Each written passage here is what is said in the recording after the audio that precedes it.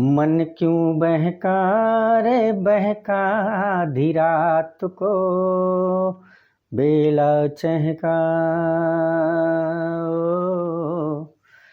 विक्रांत मैसी, जिनको एक बार नाम सुनने के बाद बड़ी भोली सी सूरत चेहरों मतलब दिमाग में गूंजने लगती है।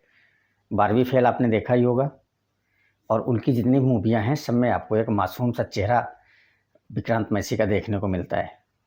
लेकिन इस मूवी में बड़ा खतरनाक दिखाया है। भाई साहब, डायरेक्टर ने विक्रांत मैसी का ऐसा, अब क्या बोलें, इस कदर विक्रांत मैसी को इसमें दिखाया है। और इनके अपोजिट में हैं दीपक डबरियाल, जो एक पुलिस ऑफिसर हैं। कहानी में आगे बढ़ने से पहले आप सभी से रिक्वेस्ट है, चैनल पर नए हैं तो चैनल को सब्सक्राइब जरूर करिएगा और बेल आइकन को प्रेस करके ऑल का नोटिफिकेशन वाला बटन ज़रूर दबाइएगा, क्योंकि जब भी हम कोई नई वीडियो डालेंगे तो आप तक सबसे पहले पहुंचेगा। आइए शुरू करते हैं। सेक्टर 36 पूरी वेब सीरीज को देखने के बाद जो उसका निचोड़ है हम आपके सामने रखते हैं। विक्रांत मैसी, जब ये जो हमने गाना शुरू में गाया, ये गाना जब भी बजता है मतलब किसी न किसी बच्चे का किडनैप होने वाला होता है, और इसके भी पीछे बहुत तगड़ा राज है, वो हम आपको बाद में बताएंगे।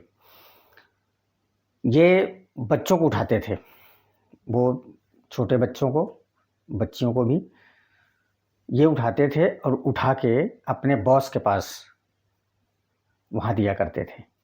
और बॉस, पहले तो ये चीज़ नहीं दिखाई जाती है, लेकिन बाद में दिखाते हैं, जब सारी चीज़ें ओपन होने लगती हैं तो दिखाया जाता है कि बॉस उन बच्चों के साथ में बहुत गलत किया करता था, और ये महाशय उन बच्चों को मारकर उनके बॉडी पार्ट को बेच दिया करते थे। और इसकी भी फैमिली थी, वाइफ थी, एक बेटी थी। अक्सर हम लोगों ने देखा है कि जब भी कुछ होता है इस टाइप के जो क्रिमिनल होते हैं वो अपने बच्चों से बहुत प्यार करते हैं। अब वो आप महाराजा को ले लीजिए, महाराजा में अनुराग कश्यप था, खतरनाक, डेंजर था, लेकिन अपने बच्ची से बहुत प्यार करता था। सेम उसी टाइप में इसमें भी है। तो इसमें बच्चों के गायब होने का सिलसिला बहुत तगड़े से चल रहा था, और दीपक डबरियाल जो एक पुलिस वाले की भूमिका में है, ये एक लापरवाह निगलेक्ट पुलिस ऑफिसर थे। इनके पास जो भी कंप्लेन लिखाने जाता था उसको ये इधर उधर दाएं बाएं करके टाल मटोल करके भगा दिया करते थे। कहानी में ट्विस्ट तो तब आता है जब एक मेले में दीपक डबरियाल पुलिस वाले के साथ साथ में एक कलाकार भी थे, रामलीला में प्रदर्शन किया करते थे, इसमें रावण का रोल किया था इन्होंने। तो ये प्ले चल ही रहा था तो इनकी बच्ची का अपहरण हो जाता है, और संजोगवश अपहरणकर्ता उस बच्ची को लेके भाग नहीं पाते हैं, और लोग उसको हॉस्पिटल भी लेके जाते हैं, तो उसी एम्बुलेंस वैन में लेके जाते हैं जो इस बच्ची को अपहरण करने के लिए आया। और अपहरण करने में यही लोग थे, विक्रांत मैसी और इनकी टीम थी। टीम में बहुत ज़्यादा लोग नहीं थे, सारे काम विक्रांत मैसी किया करते थे, कभी किसी को लालच देके या फिर किसी को ज़बरदस्ती उठाया करते थे। अब इसमें छानबीन शुरू हुई।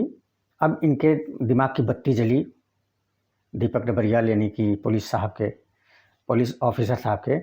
अब ये खोजबीन करना शुरू करते हैं, और हर बार जो शक की सुई थी वो सेक्टर 36 के उस वाली बिल्डिंग में जाके टिक जाया करती थी। तो ये धीरे धीरे करके वहाँ तक पहुँच भी जाते हैं, लेकिन जब वहाँ पहुँचते हैं तो जो विक्रांत मैसी के मालिक थे उनकी पहुँच बहुत बहुत बड़े लोगों के साथ में हुआ करती थी। जो दिल्ली के पुलिस ऑफिसर में जो सबसे हाई पोस्ट पे थे, कमिश्नर, वो उनके मित्र हुआ करते थे। हर जगह उन साहब की बहुत तगड़ी पैड़ थी, बहुत अच्छी जान पहचान थी। अब ये मैटर जो है जब ऊपर तक पहुंचा तो पुलिस विभाग में जो सबसे टॉप पे बैठे हुए थे कमिश्नर साहब, वो इस मैटर को दबाने की कोशिश कर रहे थे। कोशिश क्या, खुले में एकदम बोल दिया कि इस मैटर को भूल जाओ, आगे दूसरी किडनैपिंग है उस पर काम करो। अब ये चीज़ इनको बहुत बुरी लगी, क्योंकि ये हादसा इनके बच्ची के साथ होते होते रह गया था। बाद में विक्रांत मैसी को गिरफ्तार करते हैं, तो विक्रांत मैसी गिरफ्तार करने से पहले जो कमिश्नर साहब थे उनका ट्रांसफ़र हुआ, उनकी जगह कोई दूसरा आदमी आया। जब दूसरा आया तो वो विक्रांत मैसी उसके दीपक डबरियाल के साथ में जाकर पूरी पूछताछ की थी।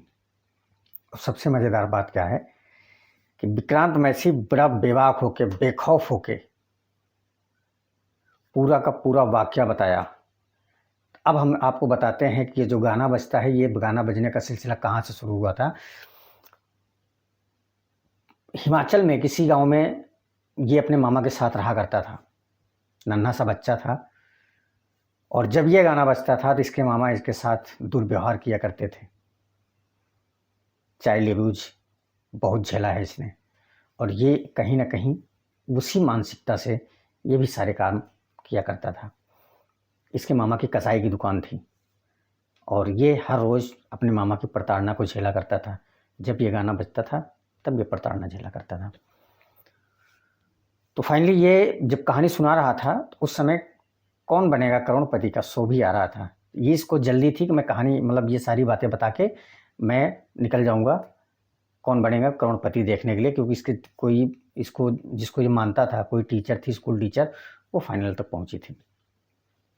और इसके बताने का जो मतलब क्रूरपन था, जो क्रूरता थी, मतलब बिल्कुल एक एक शब्द इसके सामने इसके चेहरे से झलका करती थी। मतलब विक्रांत मैसी का ये रूप हमने पहली बार देखा है। हमने इनकी मूवियाँ बहुत देखी हैं, लेकिन ये भयानक वाला रूप हमने पहली बार देखा है। तो फाइनली जब ये सारी चीज़ें बता दिया, जब इसके मालिक इसमें फंसने लगे, तो सारा कुछ इसने घुमा के इसके मालिक ने सब कुछ इसी के ऊपर डाल दिया था। लेकिन ये भी होशियार था, ये सारी चीज़ें एक सीडी में रिकॉर्ड करके रखा था। अब वो सीडी इसके गांव में इसके घर पे थी, और जब ये दीपक डबरियाल यानी कि दरोगा साहब यहाँ से निकले, उसके गांव गए, गांव से जब सीडी लेकर वापस आ रहे थे, तब वो एक जाट भाई थे, मतलब अंकल थे, उनके 2 लड़के थे, वो यही काम किया करते थे ऑर्डर पे, मतलब सुपारी लेके खून करने वाला। अब इनको तो लगा मैं रास्ता मतलब ये रास्ता भूल गए हैं, इसकी वजह से हमें सवारी मिल गई है। उनकी गाड़ी में बैठते हैं, और फिर जब रास्ता पूछते हैं, पता पूछते हैं, तो वो तीनों इनकी दीपक डबरियाल यानी कि पुलिस ऑफिसर साहब की फ़ोटो दिखाते हैं, और वहीं इनकी गला रेत कर हत्या हो जाती है, और सीढ़ी को तोड़ देते हैं। फिलहाल ये इतनी मतलब एक तरह से पहली बात तो ये बच्चों को देखने लायक बिल्कुल भी नहीं है, और जिनके दिल थोड़ा सा कमज़ोर हैं वो भी ना देखें, क्योंकि इसमें बहुत ज़्यादा क्रूरता दिखाई गई है, बहुत बेरहमी से हत्याएं दिखाई गई हैं। तो ये बच्चों के लिए नहीं है, और जिनके दिल कमज़ोर हैं उनके लिए भी नहीं है। और इसका जहाँ तक हमें उम्मीद है कि इसका सीज़न 2 भी आएगा, क्योंकि इसको ऐसे मोड़ पे ख़त्म किया है जहाँ से कोई कंक्लूजन नहीं निकलता है। आपको हमारा वीडियो कैसा लगा कमेंट करके ज़रूर बताइएगा। चैनल पर नए हैं, चैनल को सब्सक्राइब जरूर करिएगा। मिलते हैं और ऐसी वीडियो में, तब तक के लिए दोस्तों, जय हिंद।